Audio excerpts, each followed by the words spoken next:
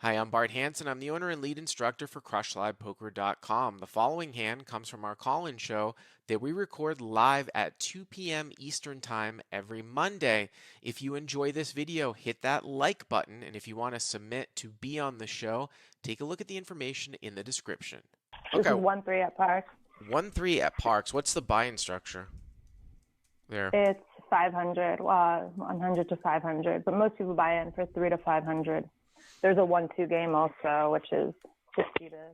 And what's the average open size? Like, what do people usually raise to? You know, I was playing in one Saturday where a lot of people were opening to 10, and sometimes it'll be 25. So it really just depends Okay. on who's in the game. Because here in If it's like, yeah, I was gonna say, like, sorry. obviously the blinds here in Austin. I don't know if you caught the beginning of the show, is 1-3, right? It's a match to stack, but I'm always trying to either straddle or I'm really trying to raise large.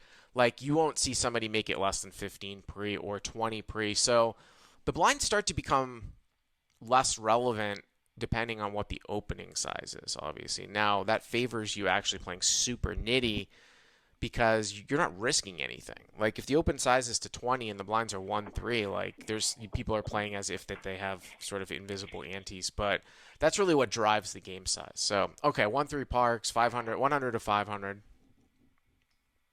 All right, so Villain 1 is in the straddle, and he has over 1,500. Okay. I'm in the hijack with I have 850 and I raised to 16 over the straddle, which I know is really small, with 7-9 of clubs. In the hijack. So here it is 16 in the hijack with 850 with 7-9 of clubs. Okay. Now the button, who has 570, makes it 50.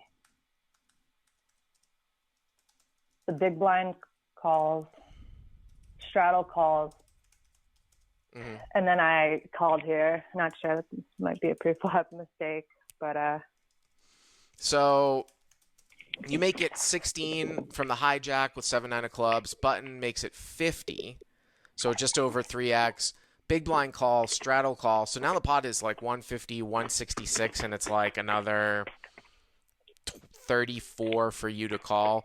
I mean, yeah, it's probably pretty close. You're out of position to one player, right, in the button, but you're gonna be getting a good price. The issue that I would say here is that the gap suited connector, it's not a direct suited connector, and you're out of position to the button, and probably these guys aren't all that super deep. So if you wanted to play a textbook like pre-flop game, you probably would fold here, I would say, even 34 for 150, but I don't think it's going to be that big of a mistake. And we see people call all the time in the big blind getting this type of price. Like, somebody raises to like 15 and then there's 5 callers and you're in the big blind with at 1-3, so it's 12 more for you to call. Everybody would say 7-9 suited would be a slam dunk call there. $12 to win, $12 to win like 40 or 50. What's the difference really here besides the fact that it's a 3-bet pot? So I don't think it's really that big of a mistake. So hero calls, okay? yeah. Yeah. So the flop is 6 of clubs, 8 of spades, 2 of hearts. 6 of clubs, 8 of spades, 2 of hearts. Is that right? 6 of clubs, 8 of spades, Yeah. 2 of hearts. Okay, so you flop open-ended and a backdoor flush draw. Yeah. Okay. And so obviously I really like the flop. I'm thinking about like maybe check raising it, but the 3-better checked back. So I think he probably just has a hand like ace king here because I think he'd bet his over pairs. So it gets checked through, right? Yeah. I mean, in general, I would say Mona, just as in an observational level, I'm all for sometimes playing draws aggressively in the right situations, but if the button bets out here like into 4 people, that's usually going to skew them towards overpairs, which no one's going to really fold all that much. Like, if you end up here in a spot where your head's up and some guy is down betted you, like small in position, or it goes bet call and you don't think the preflop riser has anything based upon their bet sizing, then maybe a check raise squeeze would be in order 3 ways. But I would be pretty hesitant to check raise against a bet when the pre-flop three better bets into like four people. But anyways, it gets checked through. Yeah. I may not have even done it. It's just like something I thought of optimistically, but sometimes I think that and then I still end up calling based on the sizing. But yeah, so now the turn is a jack of clubs. Okay. So now you have a flush draw. So you get 7-9 of clubs, it's 6 of clubs, 8 of spades, deuce of hearts, jack of clubs, right? Yeah. Okay. And it checks to me, and I didn't know whether to like check it again to the three better or if I should just take the lead here. Well, so this is an interesting one. Now I do remember this because you had emailed me this one a few. But by the way, Mona, have you called in before, or is this your first time? Probably year like over. Weren't you the caller that had like the royal flush back in the day, like 2 years ago or something like that? I didn't have a royal. I didn't have a royal flush. No, No. didn't your opponent have a royal though? And you had the nut flush? No. I could have sworn that No. I did. there was a I woman did that call called in from a hand. Parks that had a really cool hand that was dealing with like someone having a royal, but maybe that wasn't you. I'll have to look that I one up. used to. I never. I didn't play at Parks until recently. I Okay. used to play at MGM. Yeah. I'm gonna tell you guys at the end of this show. I'm gonna look for that video and I'll talk about it because that's a cool one. But I could have sworn it was you. All right, so let's look at this. So 6 of clubs, 8 of spades, deuce of hearts, turns to jack of clubs, and so here, usually when the pre-flop raiser checks through as the three better, they're gonna have a whole lot of high cards like ace king, ace queen, and one of the things I keep driving home here is the nature of how people will check to somebody with the pre-flop lead, especially in a three-bet pot. So what that means is that when the top pair doesn't change and the pre-flop raiser has checked through on the flop in position, people will have a green light to bet. So say, for example, like the turn was a 3. Okay, now someone's going to come out and bet with an 8. But when it gets checked through and then there's like a card that comes over sort of the ragged top pair, Jack is like sort of in between, but if like the turn was like a king or the turn was an ace, naturally people are going to check to the preflop raiser again, or they should, because usually the preflop raiser is going to have a whole lot of ace king and they're going to have high cards that now hit that turn card. In this particular situation, like say for example the turn was a 3 and it got checked to you, I would definitely bet, especially if it was the 3 of clubs. If it was a 3 and 3 people checked you, I would definitely bet. But here, because the card is over what is top pair on the flop, just because they check to you doesn't mean that they don't have anything. Now, I'm not saying that it's not a bet. Usually, probably with this amount of equity, I would bet. And because the preflop raiser is probably going to have a much, much higher concentration of like aces and kings in their hands in the form of ace king or ace queen, so a jack isn't really going to hit them. But don't necessarily expect that, oh, everybody's weak because they check the turn. They might just be checking the turn because they've hit the jack and they're checking again sort of naturally. But I would be more, I mean, I would actually like this turn card to be an offsuit 3. Well, I don't know about equity. Well, equity-wise, I guess a club is better. But an offsuit 3 and it gets checked to you is going to gather way more folds, where here I wouldn't expect to get everybody to fold necessarily all the time. So did you bet here? It gets checked to you? Yeah. I was thinking what you're thinking. I was going to check a queen, king, or ace, but I thought jack. I didn't think this guy would be 3-betting ace jack, so I thought it'd be okay. So I bet 125. 125, okay. And the pot is 1, 2, 3. So it's like 200, right? So you bet Yeah, it's 125. 200. Okay. You might get away with actually going a little bit on the smaller side, to be honest with you, because you could bet like 75 to 80 and probably get the same thing done. I mean, a jack is never going to fold here. So, I mean, it's possible that a larger bet might get one of the guys in the blinds to fold out like with an 8, but you've got a lot of equity here. It will also be interesting to note who calls and what happens, whether or not I would bluff the river. So I'm assuming the button folds here, I would assume. No, Oh, no. Okay. this is what makes the hand. Now the button calls, and I'm thinking he probably has like, if he did not check an overpair, which I don't think he really is, he probably has ace king of clubs and maybe like ace queen of clubs. Or he did hit a jack, like, occasionally having like ace jack suited or something like that. But yeah, I tend to agree with you. It's a little on the or a, like I don't know how often other people like three bet hands like 9-10 suited or something like that, but it's probably pretty rare. But okay, so the button This guy is calls. Yeah, this guy's pretty sorrowful. I would expect him to three bet ace king, maybe ace queen. I mean, it's mostly just going to be high pairs. From what I've seen, he would just call with ace jack. I've been playing with him for a few hours, but he didn't really get out of line at all. Right, right. Okay. So he calls him villain one, and the straddle also calls. So straddle calls. Yes. And there was the big blind was the one that was first to act, right? So big blind folds, straddle calls. Yeah, he folds. So that's 375. So now the pot is 575, right? 575. All right, so now we go to the river.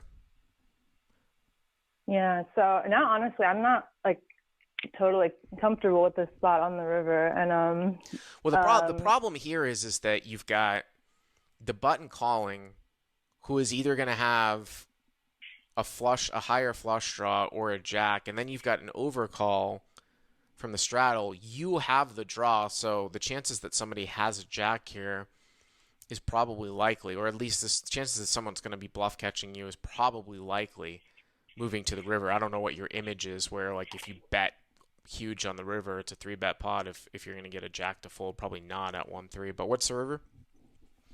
It's a four of clubs. Okay, so you make a flush. Yeah. Okay. So now the straddle leads out for 360. By the way, how deep was the straddle in the beginning of the hand? Do you remember? He's put in. Yeah, he has he has over 1,500. Oh, I have you're right. 850. You're right. You actually did say that. Yeah. My bad. I'm sorry.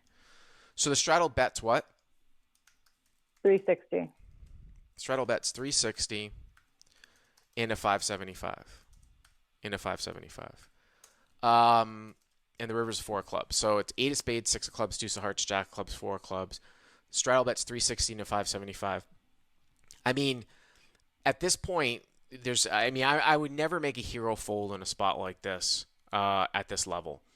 I'm not saying that someone's going to necessarily come out and bet with 5-7, but I'm a true proponent of it, as I've actually played. I did my 5-5 challenge, and I've played more and more low stakes. Recently, that you don't make money in these sort of small stakes games by making hero folds. I've seen too much wacky shit. 80 or 90% of your money comes from properly value betting. Maybe another 10 to 15% from properly bluffing, and maybe another 10 to 15% from making laydowns. But I think where a lot of people go wrong, especially sometimes with people who call in who are are studying the game at this level, they think they need to make hero folds in order to be like big time winning players. I'm telling you that I would not fold this hand, like, ever, for 360 to 575, like, unless I know it for sure.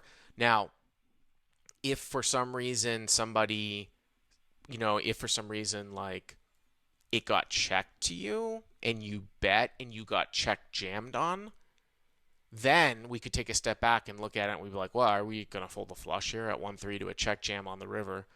That starts to get more interesting. But for 360 here, I think I would. I don't think there's anything option but to call. Now, you were thinking about folding. Is that what the issue is here, or you think it's a mistake to call? Well, I was thinking for a while, and basically this all was based on what I saw the button do. Like, I think for maybe 2 to 3 minutes, and to me, the button, if he planned on folding, I felt like he would have like done because on the turn I arranged him to like ace king of clubs, ace queen of clubs, something like that.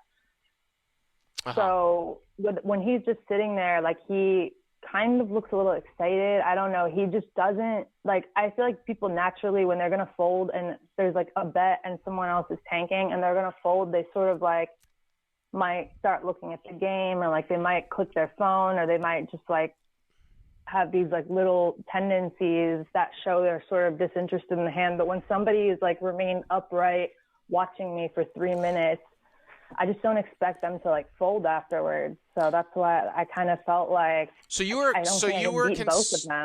concerned about the guy behind you. Now, yeah. Now, Chris Snap in the live chat is saying that Bart, you haven't played enough 1-2 and 1-3 around the country. Maybe in aggressive California games you don't fold this, but we find folds and stuff like that too. I mean, you have a point, and your logic is sound. Both the caller Mona and also Chris. I just don't. But still, whether or not it's a call or a fold, it's very. I mean, I still have seen enough wacky shit here. But I think what Mona is saying is, hey, but it's against two people, right? It's like, what is this guy bluffing into two people? And I still have to worry about the guy behind me, right? So and maybe 360 is a really big bet, right? 360 into 575. So, you're getting 935 here, right? The pot is 935 and it's 360 for you to call. 935, 360 for you to call. But as I oftentimes will say in a lot of lower stakes games, the bet size is not really equivalent to what the hand strength of the percentage of the pot. Meaning, okay, yeah, it's 360 into 575. It's like 60% of the pot.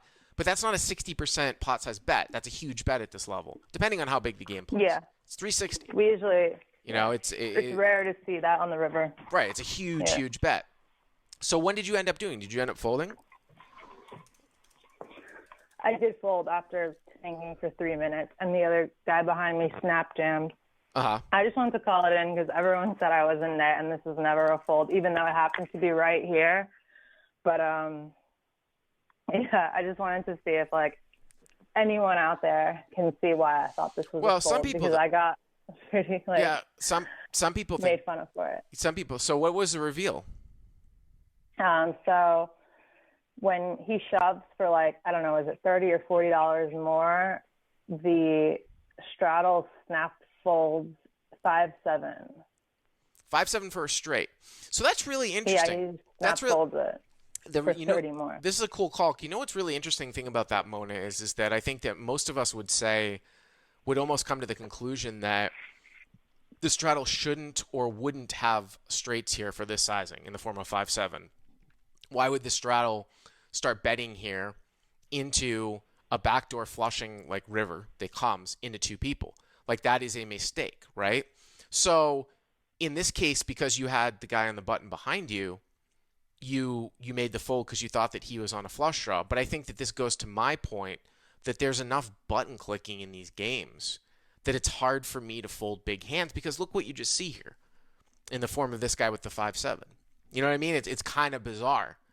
Yes, you don't have to defend as much because obviously it's multi-way, and it ended up being a good fold. But I think that you can take something from that hey, oh, wait a minute, this guy thought he had the nuts with the straight. So if I'm in other situations, especially if I'm heads up, am I supposed to be folding strong absolute value hands because people don't understand necessarily the situation that they're in at the low stakes?